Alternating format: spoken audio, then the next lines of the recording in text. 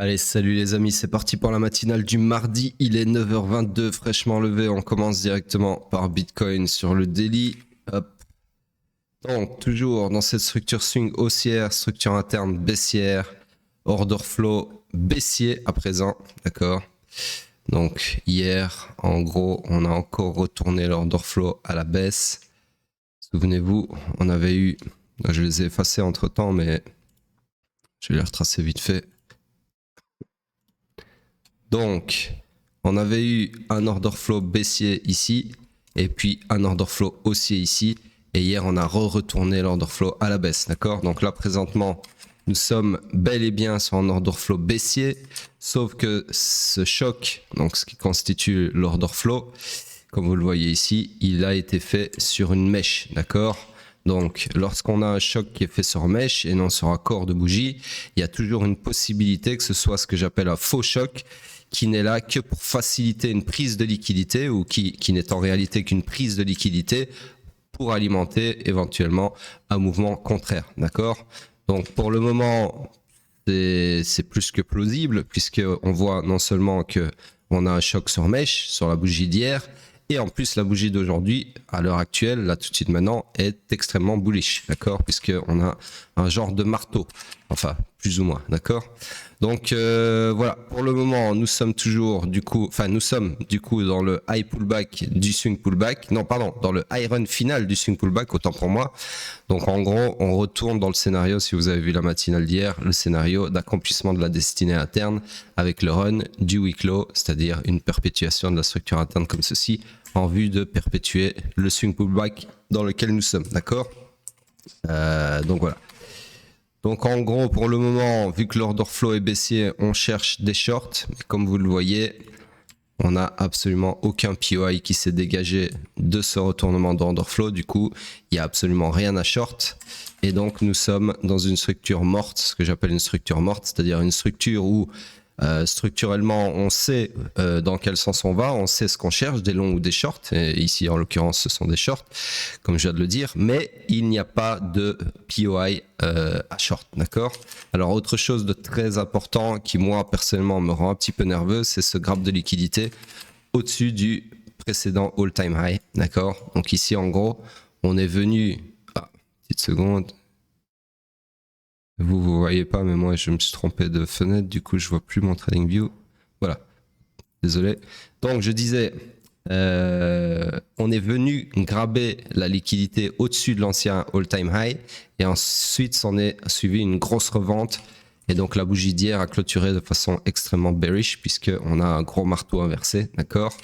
Donc 3 éléments assez bearish pour moi. 1, grappe de liquidité, suivi de donc d'un gros momentum baissier, et 3, d'un retournement d'order flow. Donc là, en fait, on a même carrément un combo, d'accord? Donc c'est-à-dire une grappe de liquidité suivie d'un retournement d'order flow, et ça, en général, c'est extrêmement bearish, dans ce cas-ci, puisque ça annonce souvent un mouvement contraire, d'accord? Ou pas, parce que en fait, ce que je viens de vous dire ici, c'est plutôt bullish. En tout cas, c'est potentiellement bullish, on va dire, d'accord? Le faux choc et la bougie avec une allure de rachat qu'on a pour le moment. Donc là, c'est un peu dur à dire. En tout cas, si on veut rester mécanique, purement mécanique, sans émotion, ce qui est le but, hein, c'est clairement une structure baissière. C'est juste que là, on n'a rien à shorter, ok? Donc moi, en termes de scénario, je peux pas vous en tracer puisque je cherche des shorts, mais j'ai rien à short, comme je viens de vous le dire. Et en termes de scénario bullish, il n'y a absolument rien, ok? De toute façon, vous savez que je suis l'order flow, et là, l'order flow est bearish. Même s'il est sur mèche, il reste bearish, ok, dans l'absolu. Donc voilà. Ah oui, aussi autre chose, j'ai dit il y avait 3 points bearish, donc le graphe de liquidité, le gros momentum et le retournement d'order flow, mais en fait il y a un 4e, c'est qu'on a tapé ici aussi un gros niveau psychologique, un gros chiffre rond, qui sont les syndicats, d'accord? Donc là, on a quand même 4 facteurs qui, pour moi, me rendent extrêmement nerveux, j'ai envie de dire, parce que on est non seulement dans une structure qui est en overextension, donc les arbres ne montent pas au ciel. On est potentiellement sur un top local, voire un top de bull run. Un peu tôt pour le dire, un top de bull run, mais top local, c'est franchement ça sent pas bon là, ce qui est en train de s'amorcer. Donc à voir. Honnêtement, c'est bearish. Il n'y a pas d'autre mot. Je peux pas vous dire on est bullish là sur le daily. On est clairement bearish, même très bearish. Mais voilà, il y a encore une petite chance de par ce que je vous ai expliqué ici. Qu'on continue comme si de rien n'était. Mais honnêtement, là, pour le moment, je ne mettrai pas ma main à couper qu'il y ait encore du jus dans ce price action en daily, en tout cas. Ok. Voilà, allez, on passe sur le H4. Sur le H4, alors ici, on est toujours fully aligned à la hausse. Donc ici, on est extrêmement bullish puisque order flow toujours haussier, structure interne haussière, réalignée avec la structure swing qui est haussière aussi. Donc ici, on cherche uniquement des longs. On est toujours dans mon scénario ici, en tout cas dans le deuxième segment, j'espère. Le POI ici, la demande tient du feu de Dieu. J'espère vraiment que on va partir comme ça sur mon deuxième segment de mon scénario. Mais pour le moment, voilà, il y a rien d'autre à dire. D'accord? Je vais juste cacher ceci, que ça n'apparaisse pas sur le H4. Hop, voilà. Donc voilà, en gros, tout va dépendre de cette demande, si elle continue de tenir et si elle finit par envoyer le prix. Mais là, pour le moment, c'est dur. Donc, en tout cas, là, par rapport à l'investiture de Trump, il ne s'est pas passé grand-chose, c'est même rien passé. Et je vois même ici un genre de triangle de liquidité. Donc pour moi, on va avoir une issue là, dans la journée d'aujourd'hui, je pense, avec la reprise des marchés US, puisque hier, c'était partiellement fermé.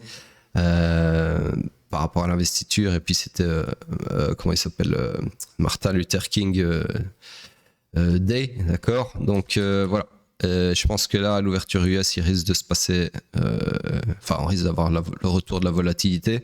Espérons que ce soit dans le sens escompté. Donc daily vachement bearish, H4 vachement bullish, enfin toujours bullish, on va dire ça comme ça. Par contre sur le H4 il y a également ce facteur bearish ici.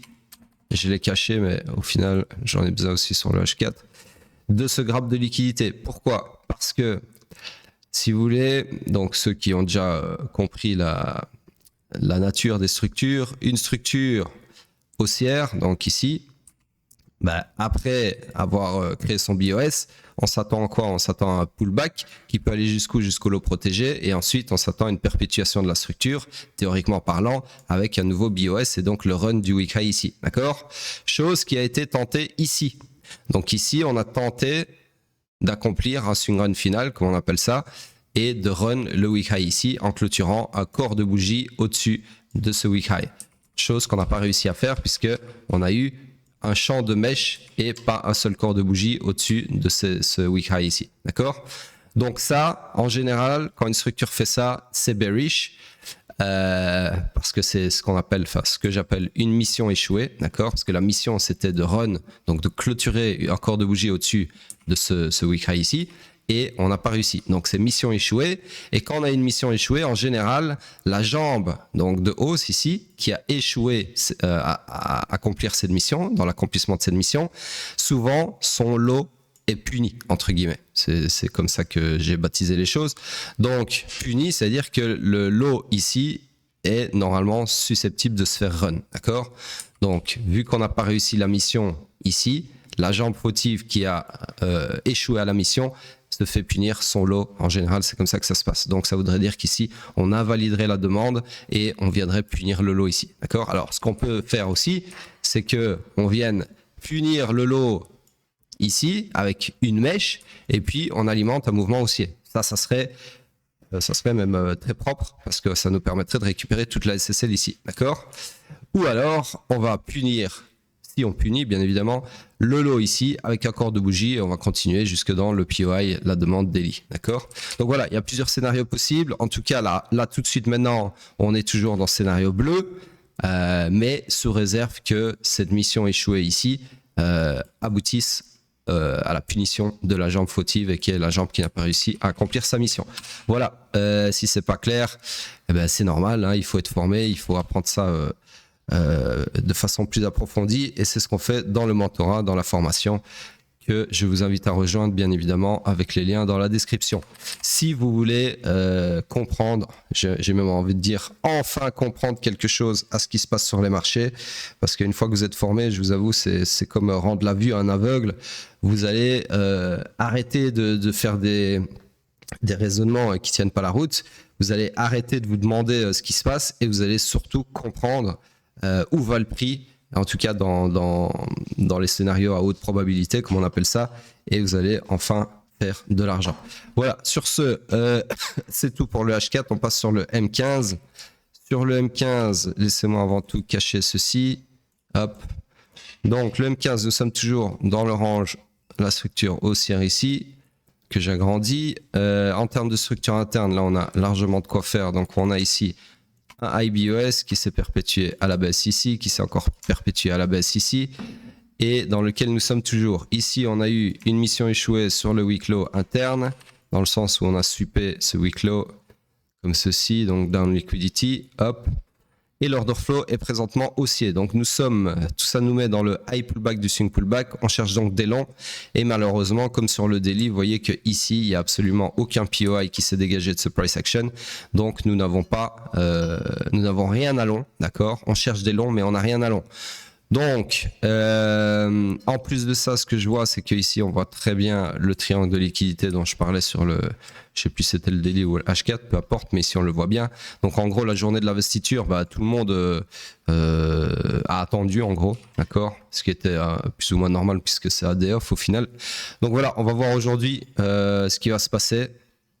Et pour le moment, en tout cas... pour le moment, c'est bullish sur le M15, le H4, mais le daily, pas du tout. Ok. Donc, à voir. Sur ce, on passe sur le pétrole. Tac, daily. Je vais aller un peu plus vite sur le pétrole. Hop. C'est moi cacher ceci. Daily. Hop, hop, voilà. Non. Comment ça se fait ça? Attendez, je me suis trompé. Voilà. Donc, structure haussière, order flow baissier, on cherche des shorts, mais il n'y a rien à short. Donc, comme sur Bitcoin, structure morte, comme hier, de toute façon. Et on passe sur le H4. Sur le H4, c'est moi juste cacher ce qui appartient au M15. Ça, oups. Ça, je garde. Ceci, je cache. Hop, voilà.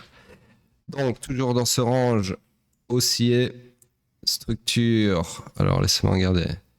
Structure interne toujours baissière, order flow toujours baissier, donc nous sommes toujours dans le high run initial du swing pullback. On cherche toujours des shorts de par mon scénario ici. Pas d'autres POI à short de toute façon, hormis celui-ci. Donc là, on est toujours dans mon scénario qui se déroule sans avoir fait de mitigation ici du POI, malheureusement. Donc voilà, rien à dire de plus. M15, lui, la structure qui était baissière s'est perpétuée à la baisse ici avec un nouveau BOS comme ceci, ce qui nous met dans une nouvelle structure baissière comme ceci. Alors ici, laissez-moi regarder si on a fait un retracement suffisant. Non, pas suffisant. Donc mon lot, il est là, comme ceci. Je récupère mon POI. Pardon. Donc tout ceci, ça m'intéresse plus. Ça non plus. Hop. Et donc, je suis dans une structure swing baissière. La structure interne, ici, on a eu, donc, laissez-moi regarder, tac, tac, ce qui m'apparaît le plus flagrant, c'est tout simplement ceci. Donc, IBS aussi est là. Ici, on a clairement un graphe de liquidité. Intéressant, hop. Alors, ici, laissez-moi mesurer. Pullback, tac. Donc là, on a eu, ouais, potentiellement, ouais, on va utiliser ça comme ça. Je raisonne tout haut, hein, mais c'est un peu le but. Je vous rappelle qu'ici, c'est des analyses faites en total en live, quoi. Je veux dire, freestyle, il y a zéro préparation. C'est je me réveille, j'ouvre les yeux, je viens, je vous fais la matinale, d'accord? Donc c'est normal que c'est moins structuré, j'ai envie de dire, ou en tout cas moins fluide qu'une vidéo d'influenceur qui son métier à lui, c'est de faire des vidéos putaclic, ce qui n'est pas mon métier, je le rappelle, d'accord? Donc là, ici, je vous partage de l'alpha brut live, c'est apprendre ou à laisser, bien évidemment. Ceux qui veulent des belles petites vidéos avec des miniatures et un mec qui vous caresse dans le sens du poil, mais vous pouvez foutre le camp, ce n'est pas du tout la bonne chaîne. Sur ce, structure interne, donc haussière ici, qui s'est retournée du coup à la baisse ici, ensuite perpétuée ici, et encore perpétuée là en cours. C'est pas encore clôturé, donc je vais pas le tracer. Voilà, donc en gros, tout ça pour dire qu'on est fully align à la baisse, puisqu'on a la structure interne et l'order flow baissier et la structure swing baissière aussi. Donc dans une structure fully align à la baisse, forcément on ne cherche que des shorts, rien d'autre, et le seul POI à short, en tout cas le plus proche du price action, c'est celui-ci, d'accord? Donc là tout de suite, scénario, ça serait, oups, mauvais outil, ça serait un short comme ceci, direction l'accomplissement de la destinée swing, c'est-à-dire le run du week low ici, d'accord? Voilà pour le pétrole. Alors juste je regarde un truc, non c'est bon, j'ai rien dit. On passe sur Bitcoin, sur le weekly, voir la tronche que ça a. Donc ici, les amis, c'est comme sur le daily. Hein. Franchement, ça a vraiment une sale gueule. J'ai même envie de dire, ça a une sale gueule de top de bull run. Parce que ici, on est en train d'avoir un graphe de liquidité conséquent, ok, qu'on voit même bien sur le weekly et pas que le daily. Donc, ça me rappelle vaguement ceci, hein, le top de 2021 qui est venu sweeper le all-time high précédent ici, même ici si vous voulez, ça revient au même, avant de nous envoyer en bear market, d'accord? Donc là, on est clairement sur une configuration potentiellement pareille. Maintenant, ce sera confirmé. Regardez ici, je vous le remets. Donc le graphe de liquidité, si on considère que c'est celui-ci, le graphe de liquidité immédiat, eh bien le top du bull run, pour moi, il n'est pas confirmé avant que on ait un changement d'order flow à la baisse, d'accord?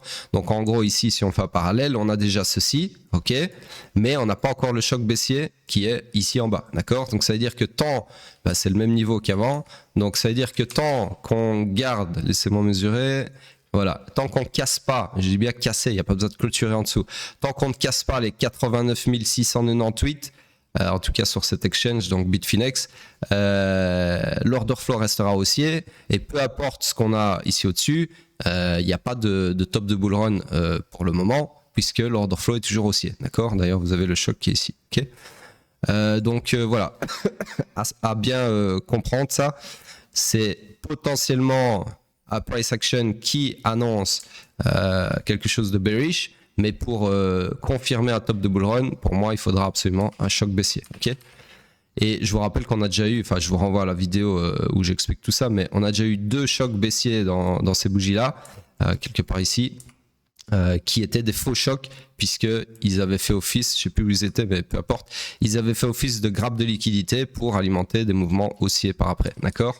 Donc ici, voilà, à voir ce qui va se passer dans les prochaines semaines, voire peut-être dans les prochains jours, on ne sait pas. Hein. C'est pas parce qu'on est sur le weekly que cette bougie-là peut pas faire tout ça en une semaine, d'accord? Ou même en 1 heure, tout est possible avec Bitcoin, vous le savez. Donc voilà, pour le moment, rien à dire de plus.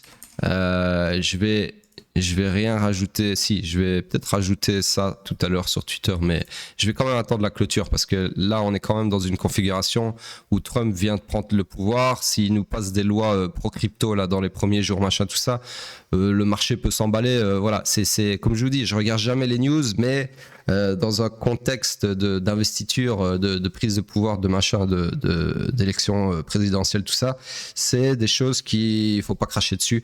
Ça peut potentiellement, en tout cas dans ce cas-ci, nous faire patienter. D'accord? Si maintenant il y avait zéro contexte politique et que je vois ça, là voilà, je me poserai des questions, mais vu qu'on est dans ce contexte politique assez spécial et spectaculaire, j'ai même envie de dire, parce qu'un président pro-crypto comme ça, qui lance son meme coin 2 jours avant l'investiture, c'est du jamais vu.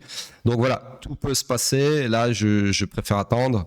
Mais dans tous les cas, c'est le price action et l'analyse technique qui priment et qui primeront toujours. Hein. Ce que je vous dis là par rapport à Trump, etc., c'est vraiment du bonus qui constitue peut-être 2%, et encore je suis gentil, de mon raisonnement analytique. Ok, en tout cas de mes moves, de mes exécutions en trading.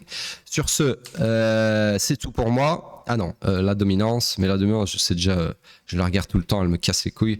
Elle veut pas cracher. Donc voilà, pour le moment, en tout cas, on est toujours, c'est le seul truc un peu réconfortant, c'est qu'on est toujours en train de respecter ce genre de triangle de liquidité, même si sur un index, il n'y a pas de liquidité, comme j'ai déjà dit. Mais voilà, le principe est le même, une attente, une indécision, appelez ça comme vous voulez.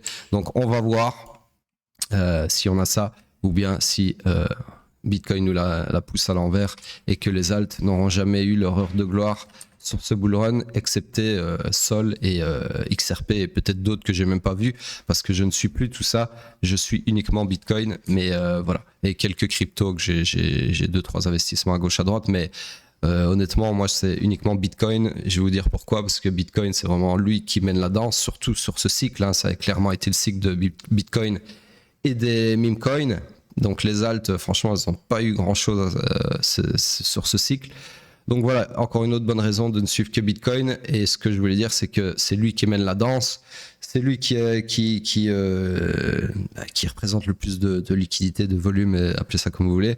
Donc voilà, moi j'ai arrêté d'analyser les autres cryptos parce que j'en avais marre en fait de me prendre des revers à cause que Bitcoin, même si une autre crypto par exemple était extrêmement bullish, bah, si Bitcoin dégueulait, la crypto dégueulait avec. Donc ça, c'est assez frustrant.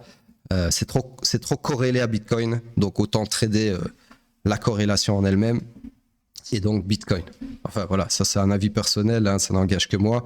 Mais avec toutes mes années d'expérience, je rappelle que je suis quand même sur les cryptos depuis 2017, mi-2017, août 2017 pour être très exact.